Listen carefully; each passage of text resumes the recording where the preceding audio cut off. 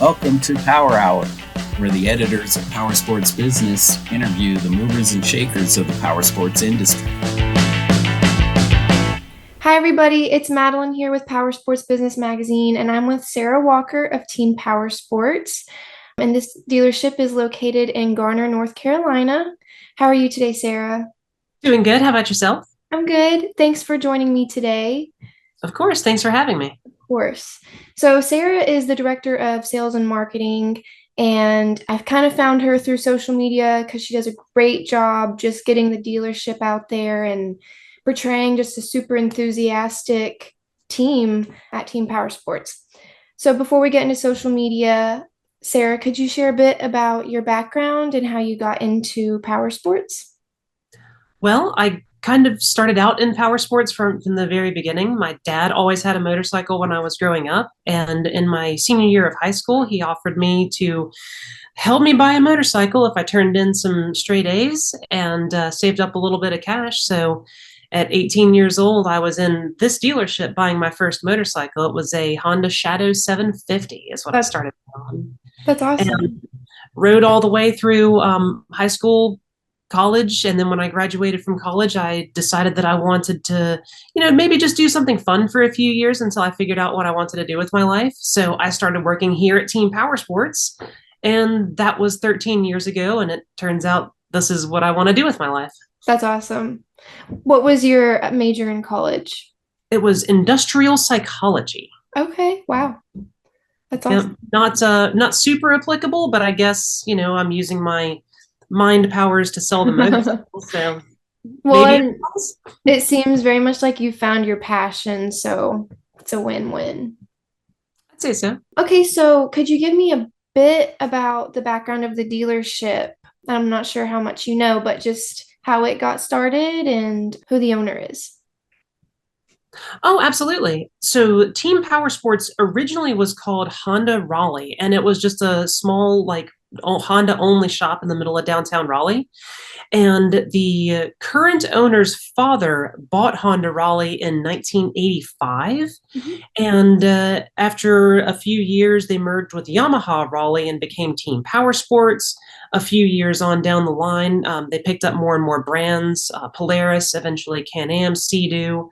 And the current owner, Will, he actually inherited it from his father in the early 2000s. I want to say 2001, 2002. Okay. So it's the same family that's owned it since 1985, which is pretty cool because they're the same people that I got my first motorcycle from. That's really cool. So, did you say his name is Will, hmm owner? So, how would you describe his leadership style? Is he in the dealership with you guys day to day? When he is in town, he is in the dealership every single day. He's either on the sales floor, in the parts department, the service department. He's very much a lead from the front kind of dealer principal. When he's out of town, he has myself and the GM and then the sales manager at the other store who kind of take that same ideal and run with it. Mhm. We don't even have, I don't have an office in like a sales office or a sales tower. My desk is on the showroom floor right next to the sales team.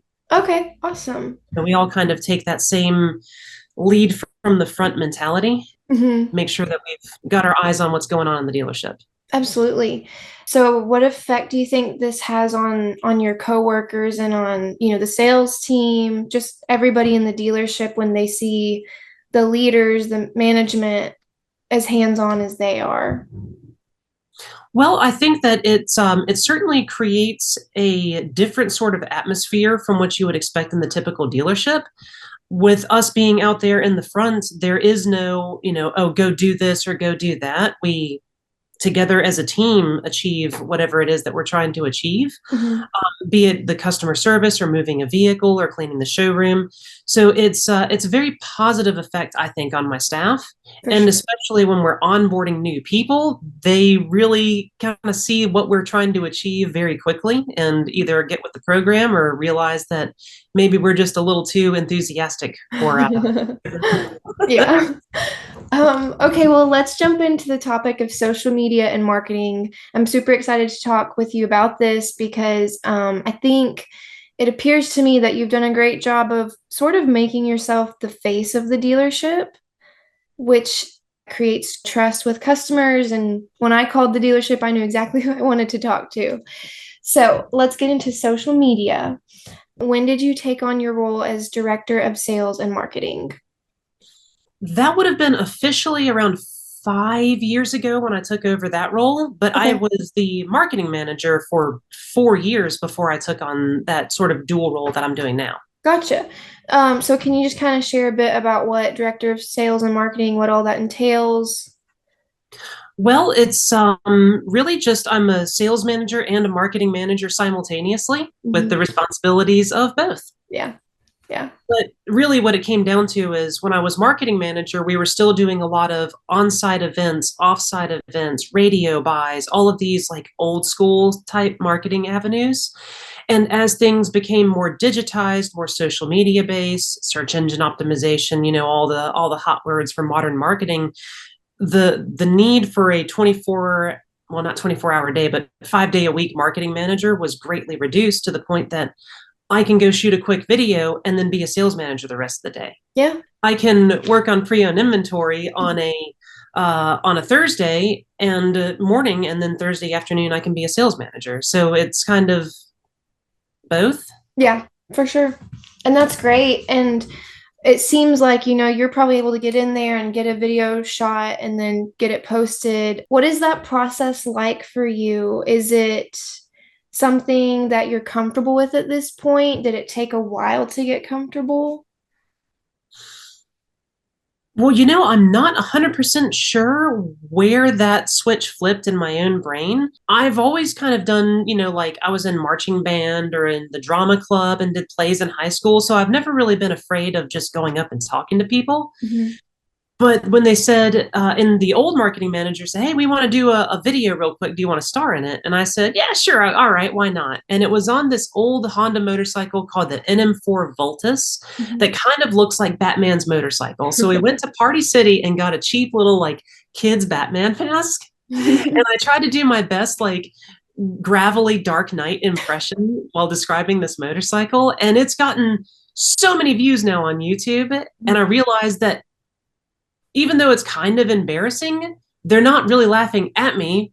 They're laughing with me, Of course. So why not just make myself more like a caricature of myself Mhm. and then become sort of that, like you said, the face of Team Powersports. Like Team Powersports Sarah isn't necessarily the Sarah you get outside of work. Right. It's just that I've created this sort of spokesperson character that I play for Team Powersports. Of course. And it's entertaining and it makes it memorable. And you've mentioned before but then once the customer comes into the dealership, you present that same energy.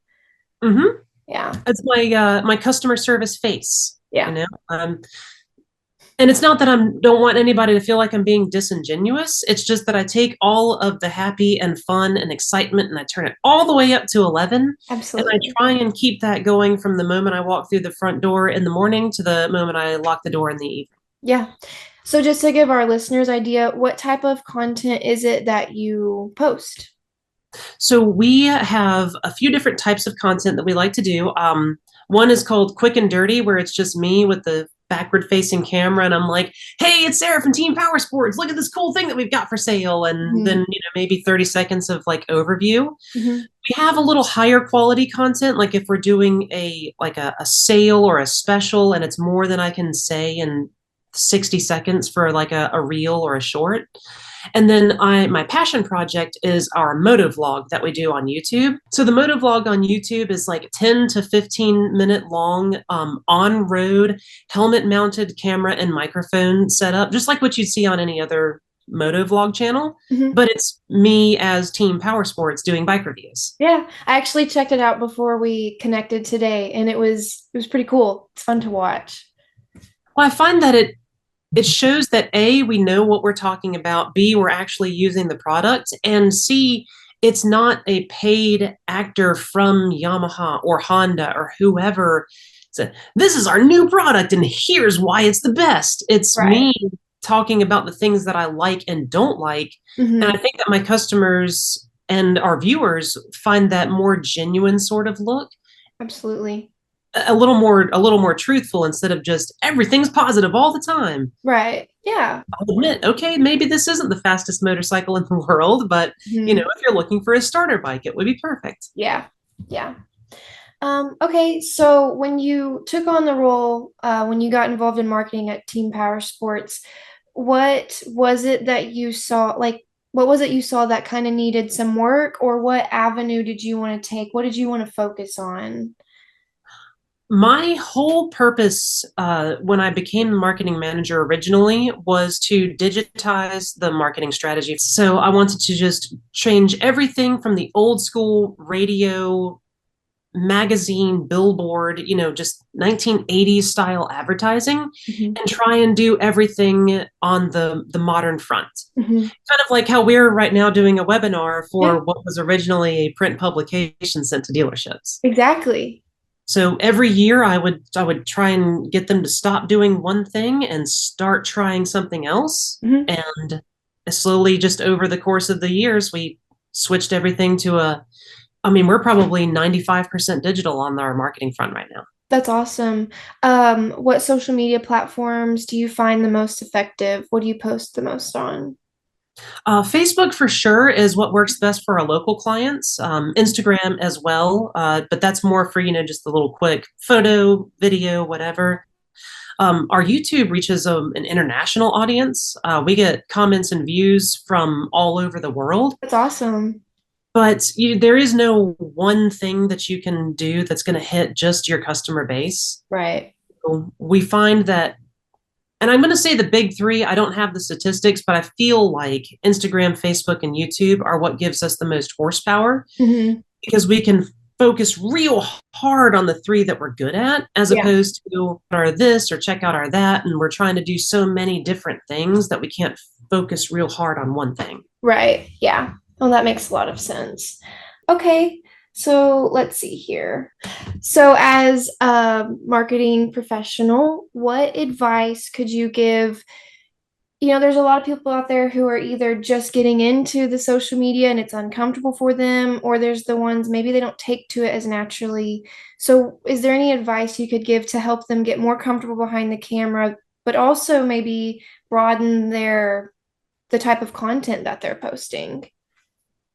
Well, it's really going to come down to the team, and then even more importantly, the individual. Okay. So I don't recommend to any like sales manager or general manager or dealer principal to take a camera and shove it in somebody's face and tell them to act, Hmm. because that's not going to get you the results that you're looking for. Okay. My advice is actually find somebody who is good at it and have them develop that skill. And Hmm. I'm not saying that every dealership needs a Sarah Walker, but I try, like I'll get my sales team involved in my content, Hmm. but I'm not gonna, if somebody locks up on camera, I'm not gonna shove the camera in their face and tell them it's part of your job, you gotta act. Yeah. Because it's not gonna be quality. What your customers are gonna respond to are a genuine look at who you are as a dealership.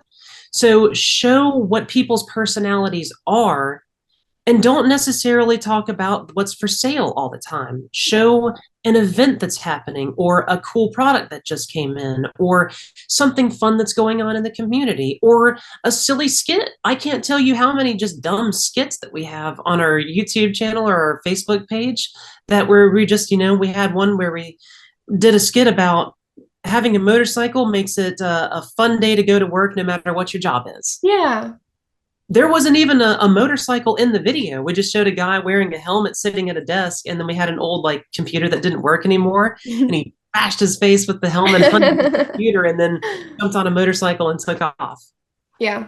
You know? Yeah. But it was more about showing that we're about having fun and about the excitement of the things that we carry, and not so much, hello, I'm a person from dealership, you should buy this product. Right. Yeah. You make it fun. And I remember there was a Christmas video I think it was on Instagram, and it was hilarious, and it sticks with you. Funny things, it sticks with you longer. So Yes. So part of my inspiration for how to make these videos stand out is, as an elder millennial, I used to watch Adult Swim on Cartoon Network at night, and it was like all of the weird like adult cartoons, and there was Aqua Teen Hunger Force and Tim and Eric Awesome Show Great Job, which is like a live action sketch comedy show.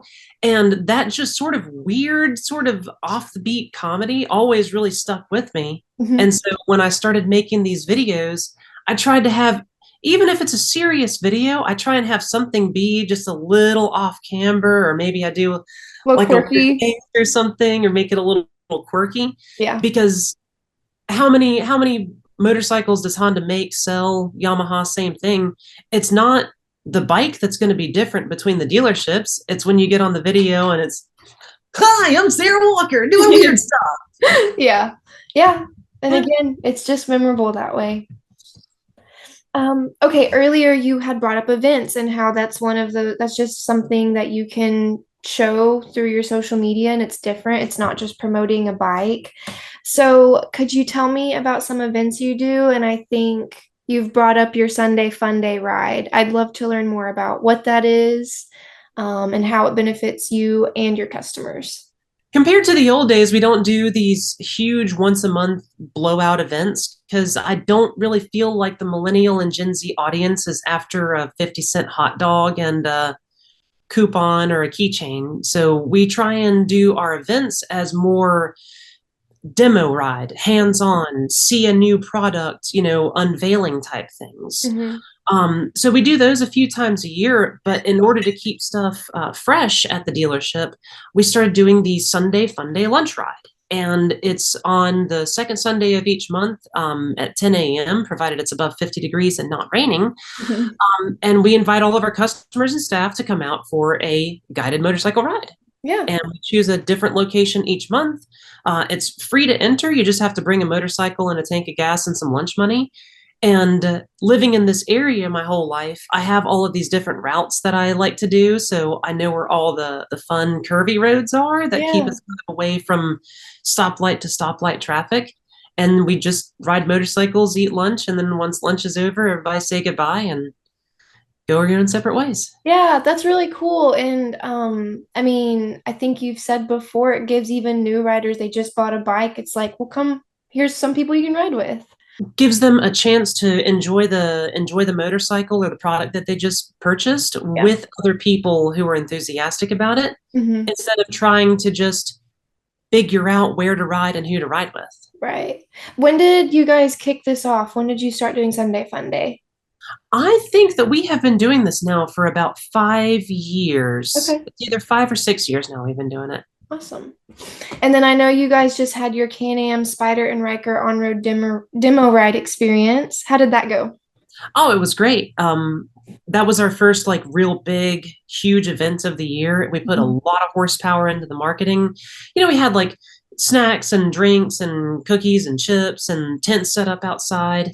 And Can-Am said that they usually have about 10 to 15% people ready to ride for those on-road ride events, pre-registers. And we were something to the tune of like 40 to 45% pre-registered before the start of the event. Wow, that's awesome. When he said 40%, I was like, man, that seems really low. And he's like, no, that's like 4 times what we usually have. So was that did you promote through Instagram, Facebook? Was that your main outlet to promote? Yeah. Heck yeah. Of course, the website calendar, and we, above the fold on the website, we have like slides above the fold, like the little rotating slide. Yeah. And talk about it in the dealership. And that was it. Yeah. Congratulations, just because that's awesome. And I'm glad it was a good turnout too. Yeah. And a fun event. Yeah. Okay. So before I let you go, I thought we could just hit a little bit of shop talk, just to give other dealers listening, just where you guys are at, where Team Powersports is at. What's your kind of outlook, expectation for the second half of 2024? I am super optimistic about how things are going to be moving forward. I'm not going to say that it's, sell everything for every dollar like it was during the Corona times, because the inventory is back, not just for us, but for other dealers. Mm-hmm. So, I mean, we are just, we're having to kind of go back to the old playbook, go back to some training, go back to some hiring, making sure that we have the staff to handle the people coming in, keeping an eye on flooring costs, making sure that the older inventory is getting pushed harder than the stuff that just landed last week. Mm-hmm. But we're seeing a return to seasonality. Like last month, for a budgeted 88 vehicles, we ended up selling 96. Okay. So I'm now seeing that, Christmas was huge and then it dropped a little bit when it was cold outside, and then as spring is ramping up, so are the sales ramping up. Mm-hmm. So I think it's just maybe don't beat yourself up too hard if you're not selling everything for every dollar like it was during the Corona years. For sure. But maybe you take a look at what you did in 2019 and see how you're doing now compares. And if it's the same or better, you're probably doing a pretty good job. Yeah. Okay. Well, Sarah, thank you so much for connecting with me. And I was super excited to just talk about social media. You're a real pro at it. So, well, thanks. They do pay me to do it after all. Okay. Well, we'll catch you next time. All right. Thank you so much. Bye. Bye. If you like this podcast, please like, share, and subscribe. We also invite you to connect with us on powersportsbusiness.com.